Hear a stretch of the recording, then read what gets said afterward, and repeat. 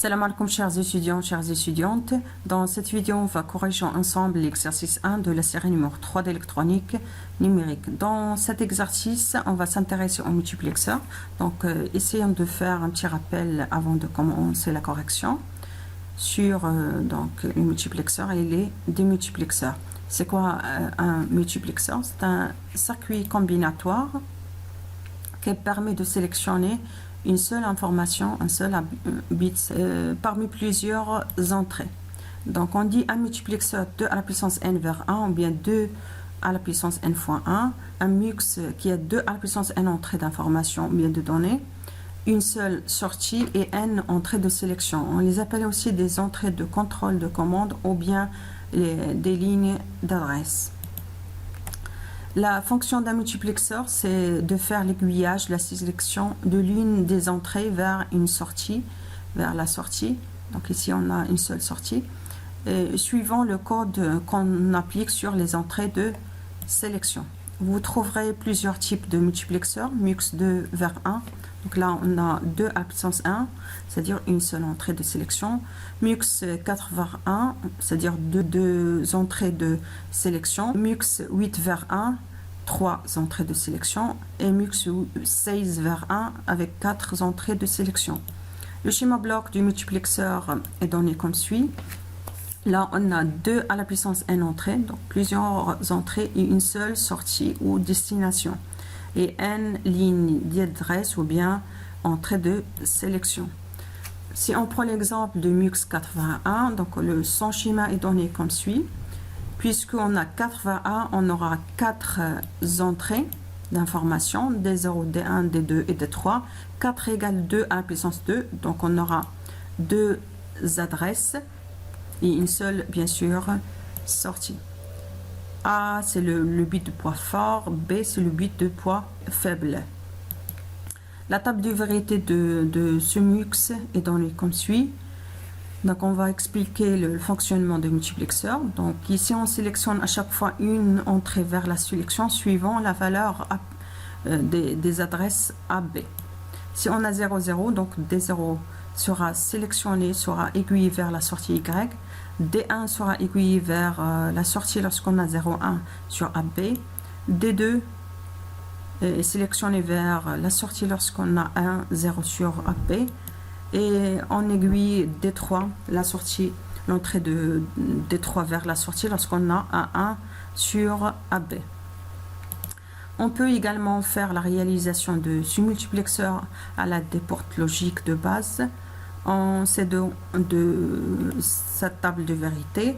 Donc on va tirer la fonction ou bien la sortie Y en fonction des i, des entrées et les lignes d'adresse AB. Donc on a Y égale à cette fonction logique et à partir de cette fonction on peut faire la réalisation de ce mux à l'aide des portes de base. On passe maintenant au démultiplexeur. Donc un démultiplexeur, c'est un circuit combinatoire avec une seule entrée et plusieurs sorties. On appelle un vers 2 à la puissance n démux ou bien démux 1 à la puissance fois 2 à la puissance n. Un démux qui a n entrées de sélection, une entrée de données, 2 à la puissance n sorties. Et bien sûr, le démux, il réalise toujours la fonction inverse d'un multiplexeur. Il achemine ou bien connecte une entrée de données vers une sortie sélectionnée suivant le code appliqué sur les entrées de sélection. Vous trouverez également 4 types de démux, 1 vers 2, 1 vers 4, 1 vers 8 ou bien 1 vers 16. Et le schéma bloc de démux est donné comme suit. Là, vous avez une seule entrée et plusieurs sorties, 2 à la puissance n sorties et n ligne d'adresse.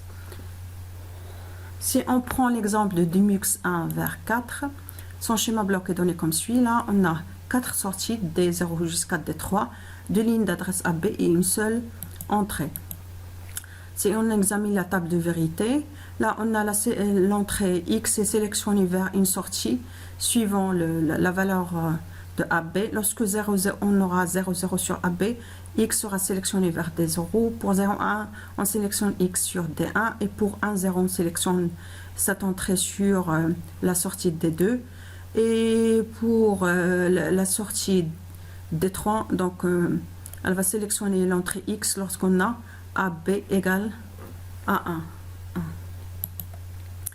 Bien sûr, on peut tirer les équations des sorties DI en fonction de A, B et X. Et on peut réaliser le démux 1 vers 4 à l'aide des portes logiques de base. Comme application des multiplexeurs, vous trouverez plusieurs applications. Donc les principales applications électroniques, on trouve la concentration des données, leur transmission parallèle à l'aide des multiplexeurs, donc un observateur. Et on peut générer les fonctions logiques à l'aide des multiplexeurs au lieu d'utiliser les portes logiques de base. On peut même faire la conversion parallèle des données à l'aide des multiplexeurs vers un observateur. Là, vous pouvez réaliser l'autre conversion, c'est-à-dire série parallèle à l'aide des multiplexeurs. Une application typique de multiplexeur est donnée sur ce schéma. Là, le multiplexeur joue le rôle d'un sélecteur. Vous avez ici plusieurs appareils et un seul donc appareil de destination. Là vous avez donc des appareils et on cherche à faire fonctionner leur audio sur un haut-parleur, un seul haut-parleur. Donc le multiplexeur ici, il va sélectionner à chaque fois un appareil qui sera connecté vers le haut-parleur suivant les lignes d'adresse AB, le code appliqué sur A et B. Sur l'exercice 1, on trouvera deux applications des multiplexeurs. On va réaliser une fonction f qui a 4 variables a, b, c, d, qui a comme valeur 0, 2, 5, 7, 11, 13, 14 et 15. On va aussi utiliser les multiplexeurs pour convertir du parallèle en série les données de 16 bits. On va utiliser pour cette fois deux types de multiplexeurs, 8 vers 1 ou bien 4 vers 1. Pour réaliser notre fonction, on a deux cas. On va utiliser soit, donc puisque notre fonction est à 4 variables, donc je peux utiliser des multiplexeurs avec 4 entrées de sélection, bien 4 lignes d'adresse, ou bien utiliser des MUX qui ont des n-1 adresses, c'est-à-dire 3 lignes d'adresse. Dans le cas où on utilise un multiplexeur à une entrée d'adresse ou bien une entrée de sélection pour réaliser une fonction de n variables, on va placer dans ce cas nos variables sur les entrées de sélection. Et les entrées de données DI, on doit les lier soit 0 soit à 1. Donc pour faire la dernière tâche, c'est-à-dire lier les données à 0 à 1, on va utiliser une table de vérité pour la consulter et voir les données qui correspondent à 0 ou 1. Donc ici on a 4 variables, notre fonction dépend de 4 variables. On va utiliser un multiplexeur qui a 4 lignes d'adresse, c'est-à-dire 2 à la puissance 4 ou bien 16 1. Un MUX 16 vers 1, il a 16 données, c'est-à-dire des 0 jusqu'à des 15 et 4 lignes d'adresse.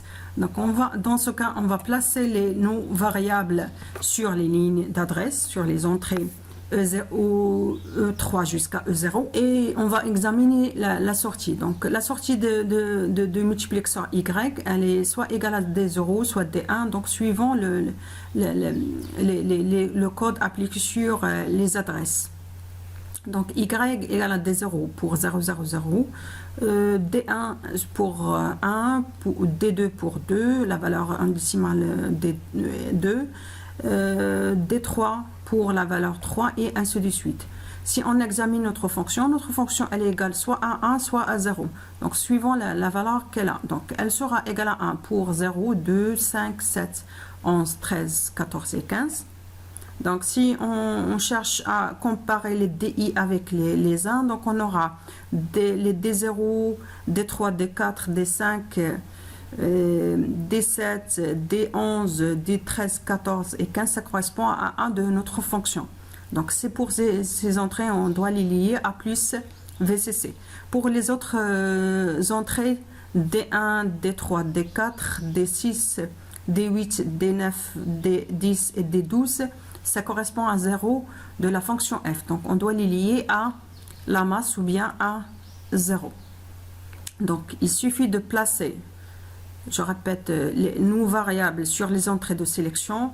Le 1 bien plus VC sur les entrées D0, D2, D5 où notre fonction elle est égale à 1. Les autres entrées, on doit les placer sur 0, bien sûr la masse. Donc de cette façon, donc, on a réalisé notre fonction à l'aide du multiplexeur 16 vers 1. Donc si on a le cas des multiplexeurs avec n-1 ligne d'adresse, donc on peut également réaliser notre fonction avec n variables, mais dans ce cas on va placer les n-1 variables sur les entrées de sélection et les entrées de données donc seront liées soit à la dernière variable à son complément ou bien à 0 ou à 1. Donc ici pour les entrées de données, donc ils seront liés soit à la variable son complément 0 ou 1. Donc on aura 4 cas pour les entrées de données. Donc pour notre fonction, elle a 4 variables. Si on utilise un mux avec 3 lignes d'adresse, c'est-à-dire de à la puissance 3 vers 1, 8 vers 1. Un mux 8 vers 1, il a 8 données, des 0 jusqu'à D7. Et 3 lignes d'adresse, E2, E1, E0. Donc dans ce cas, on va placer 3 variables A, B, C, n-1 variable, sur les lignes d'adresse. Et la variable qui nous reste, c'est D. Donc on va les placer sur les données. Mais comment? Donc on va céder du tableau de Carnot ou bien de la table de vérité. C'est la même chose. Donc les données D0 jusqu'à D7 du MUX, ça correspond à chaque colonne. Donc pour la première colonne, ça correspond à 0, à D0. Donc puisqu'on a 0, 0.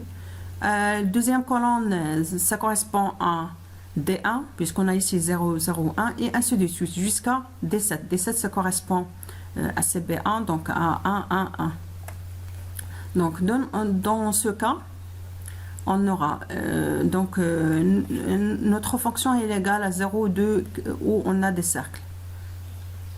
Donc ici, on a des barres, ça correspond à 0. Donc notre fonction D0, ou bien notre entrée D0, ça correspond à des barres. Donc on doit lier cette entrée vers à des barres, puisqu'on a ici une seule ligne qui est activée, ça correspond à des barres pour l'entrée D0. Pour la deuxième colonne, je n'ai ni 1 ni 9 sur notre fonction. Donc cette entrée sera désactivée, donc je dois la désactiver, donc la mettre sur 0. Pour l'entrée de 2 qui correspond à la troisième colonne, j'ai uniquement 2 sur cette colonne, donc, et 2 ça correspond à des barres, donc je dois lier cette entrée à D2. Je dois lier D2 à des barres. Pour l'autre colonne, ça correspond à l'entrée D3. Pour cette entrée, donc on n'a qu'une seule valeur 11 qui correspond à D. Donc je dois lier D3 à D. Pour l'autre colonne, ça correspond à D4. J'ai ni 4 ni 12 sur notre fonction. Donc on lie cette entrée sur 0. Donc si vous n'avez pas de valeur, vous devez lier l'entrée à 0. Si vous avez les deux valeurs, pour le cas de D5 et D7, donc vous devez lier cette entrée à 1. Si vous avez une seule, donc vous cherchez à ce que ça correspond à D. Si ça correspond à D, vous devez lier l'entrée à D. Si ça correspond à D bar, vous devez la lier à D bar. Donc de cette façon, donc on doit lier D3, D6 à D, D2 et D0 à D bar, D7, D5 à 1 et D4 et 1 sur 0. Donc 0 bien la masse, c'est la même chose. Donc de cette façon, on a réalisé la fonction f à l'aide du multiplexeur 8 vers 1. Donc bien sûr, sans oublier de placer les entrées ABC, les trois premières variables sur les entrées de sélection. Passons maintenant à la correction de la question numéro 2. Donc il cherche à réaliser un convertisseur parallèle série de 16 bits, avec 16 bits. Donc ici, on doit utiliser le MUX 8 vers 1. Un MUX 8 vers 1, il a 3 lignes d'adresse et 8 données. Donc, puisqu'on a ici 16 bits, donc pour 16 bits, normalement, je dois avoir 16 données, des 0 jusqu'à des 15 et 4 lignes d'adresse. Puisqu'on va utiliser un MUX 8 vers 1, un MUX 8 vers 1, il a uniquement 8 données et 3 lignes d'adresse. Donc, on doit utiliser 2 multiplexeurs pour compléter le nombre total des données qu'on a. Donc, on aura 2 MUX 8 vers 1 avec les adresses A2, A1 et A0. Donc, on doit placer les 16 bits sur les entrées des 0 jusqu'à des 15. Et puisqu'on aura 2 multiplexeurs, donc à chaque fois, on doit sélectionner un multiplexeur et le mettre en fonction. Et cela, donc, en cédant de la quatrième ligne d'adresse à 3. Donc, vous aurez le tableau de fonctionnement suivant. Pour le cas où on a A3 égale à 0, donc on va sélectionner le MUX 1. Le MUX 1, il a comme données des 0 jusqu'à des 7. Et la sortie S1 donc, sera sélectionnée vers la sortie générale de ce convertisseur. Et les entrées D8, D15 seront les entrées du deuxième multiplexeur. Et sa sortie sera sélectionnée vers la sortie générale si on a A3 égale à 1. Donc, de cette façon, on peut réaliser un convertisseur parallèle série 16 bits à l'aide des multiplexeurs 8 vers 1. Donc là, vous avez 2 multiplexeurs. Donc, on place les données des 0 jusqu'à des 7 sur le MUX 1 et des 8 jusqu'à 15 sur le deuxième multiplexeur. Et ce multiplexeur, donc, on va à chaque fois sélectionner sa sortie suivant A3. Pour A3 bar, donc pour cela qu'on ajoute un inverseur ici, on sélectionne S.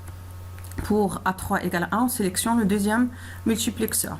Ces trois portes NAND jouent le rôle du MUX 2 vers 1. Donc, on sélectionne soit la sortie S1 ou bien S2 vers S. Donc, on peut remplacer les trois portes NAND avec un MUX 2 vers 1. Un MUX qui a 2 entrées, une seule sortie et une seule ligne d'adresse qui est égale à A3. Donc, dans le cas où on cherche à utiliser un convertisseur parallèle serré à la du MUX 4/1, un MUX 4/1, il a 2 entrées, deux lignes, 2 entrées de sélection, 2 adresses, A1 et A0, et 4 entrées, des 0 jusqu'à des 3. Donc, ici, pour avoir en total 16 bits en entrée, donc j'aurai besoin d'utiliser 4 MUX. Le MUX 1, il a comme entrée des 0 jusqu'à D3. MUX 2, il a comme entrée des 4 jusqu'à D7.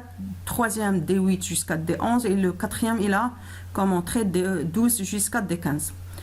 Et ici, pour donc avoir en total 4 lignes d'adresse, je dois à chaque fois sélectionner une sortie d'un MUX donné. Donc, je sélectionne le MUX 1, la sortie du MUX 1 lorsqu'on a A3, A2 sont placés vers 0, 0. MUX 2, si on a A3, A2 égale à 0, 1. La sortie du MUX 3, si on a A3, A2 égale à 1, 0. Et pour A1, on doit sélectionner la sortie du dernier MUX. De cette façon, donc, on doit réaliser le convertisseur parallèle 16 bits à l'aide des 4 MUX. Donc là, on place les entrées des 0 jusqu'à D3 sur MUX 1, des 4 jusqu'à D7 sur deuxième MUX, et ainsi de suite. Et là, donc, on va utiliser pour ces 4 MUX les lignes d'adresse A1, A0. Donc ici, il s'agit c'est comme l'équivalent d'un compteur qui a 4 bits là, pour les 4. Donc ici, pour sélectionner à chaque fois une sortie d'un MUX, on doit utiliser, donc, en plus des inverseurs, on doit utiliser 5 portes NAND.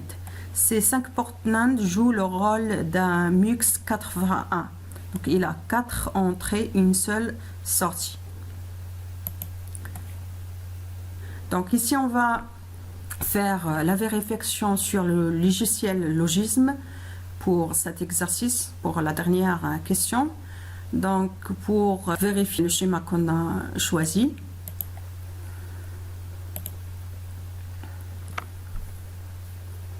donc ici, vous avez le schéma général du MUX ou bien du convertisseur parallèle série de 16 bits réalisé à l'aide de ces deux multiplexeurs. Donc, si on a des données comme ça, on les choisit. Par exemple. Donc ici, on a 1 sur l'entrée des 0. Donc, puisque j'ai l'adresse 000 sur les entrées de sélection, donc on a le 1 qui est sélectionné vers la sortie générale S. Par exemple, si vous avez le 1, ou bien le 1, le 001, donc ça correspond, donc on doit sélecter l'entrée des 1 vers la sortie. Donc puisqu'on a ici 0, donc on aura 0 ici. Si on a 1, donc le 1 sera sélectionné vers la sortie. Par exemple, si je veux sélectionner, aiguiller cette entrée vers la sortie, je dois avoir normalement l'équivalent de D4. 4.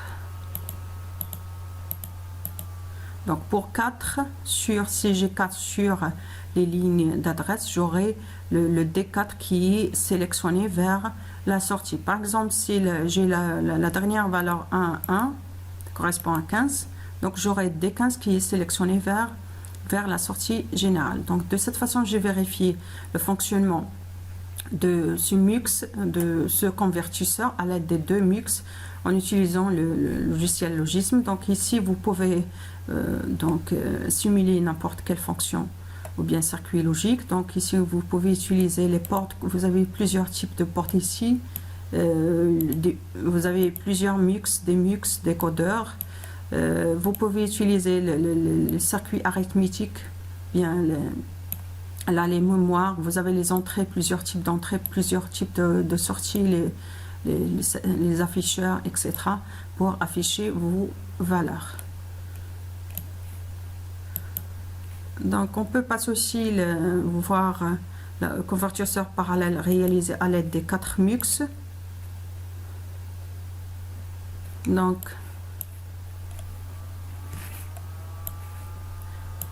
de la même façon, donc on a réalisé le convertisseur par les séries 16 bits à l'aide des 4 MUX et avec 4 lignes d'adresse. Donc pour A3, A2, donc on les utilise pour sélectionner à chaque fois une sortie de ce MUX. Donc si, par exemple, si vous avez cette valeur sur les entrées, donc pour 00, donc on n'a rien, ou bien on a 0 puisqu'on a 0 sur l'entrée des 0. Si on met 1, donc on aura toujours 0 puisque D1 égale à 0. Si on a 1, 0, on a aussi le 0 puisqu'on a D0 égale à 0. Pour 3, si on met 3, donc on aura 1 puisqu'il s'agit d'une valeur 1 sur l'entrée des 3. Pour 4, on a aussi 1 puisqu'on a D4 égale à 1 et ainsi de suite. Donc vous pouvez utiliser donner l'adresse équivalente pour chaque entrée, avoir la valeur de cette entrée sur cette sortie. Donc ici, puisqu'il s'agit d'un convertisseur avec 16 bits, je peux directement, c'est pas demandé, ce qui est demandé, c'est de faire le convertisseur parallèle série 16 bits en utilisant les MUX 8 vers 1 et 4 vers 1. Je peux directement utiliser un MUX 16 vers 1 et vous pouvez donc vérifier son fonctionnement sur Logism.